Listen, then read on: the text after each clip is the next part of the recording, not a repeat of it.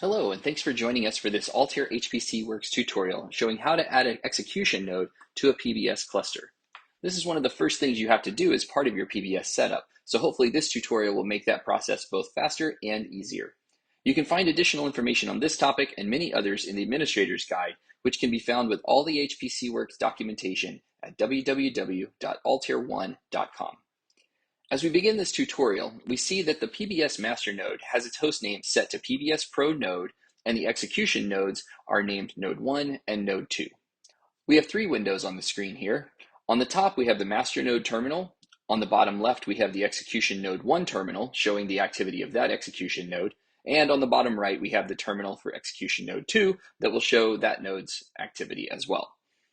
We'll start by checking which PBS version is installed on the cluster master node. We see that the cluster has a fresh installation of PBS, and the PBS nodes command shows that there are no execution nodes yet configured. Running a quick qstat shows that the client commands are working and that the PBS version and license configuration are reflecting the expected status. So we'll also check that the master node hostname is the expected PBS Pro node. Now we'll confirm that the internal hostname translation is correctly set for master node and for each of the execution nodes. And make sure that the execution nodes can communicate back with the master node.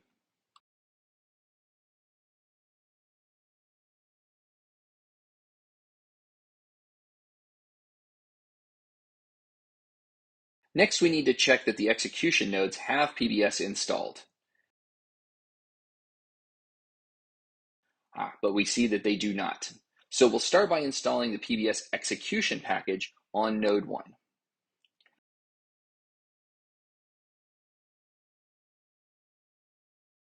And we'll do the same for Node 2.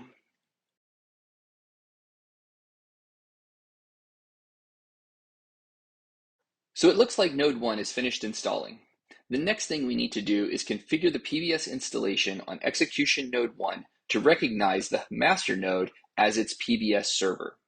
We do this by editing pbs.conf file and pointing PBS server to our master node hostname, which we earlier set as PBS Pro node.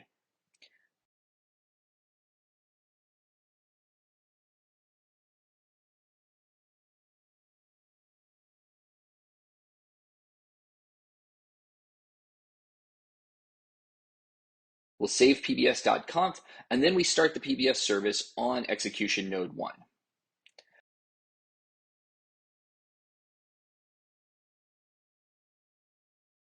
Lastly, we want to confirm that the PBS service is running here on execution node 1, and it is.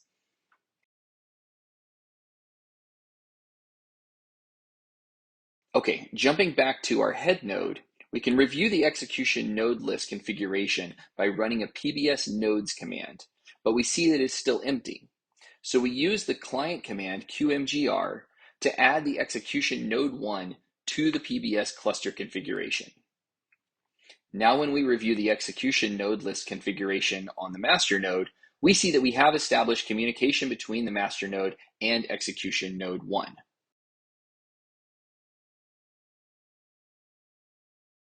We had previously initiated the installation on node 2. So now we need to set up communication between the master node and execution node 2 as we did for node 1.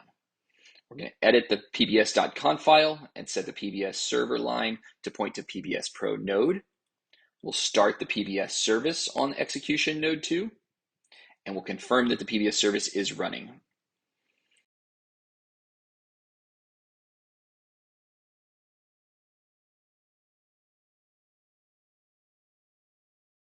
And again, using the client command qmgr on the head node, we'll add the execution node 2 to the PBS cluster configuration.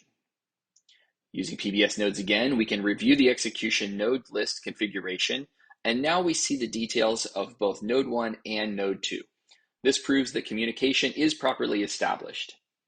And lastly, we can see that both of those nodes are up and ready to receive jobs from the head node. So this completes the tutorial on how to add new execution nodes to a PBS cluster. Thanks for watching, and look out for more tutorials coming soon.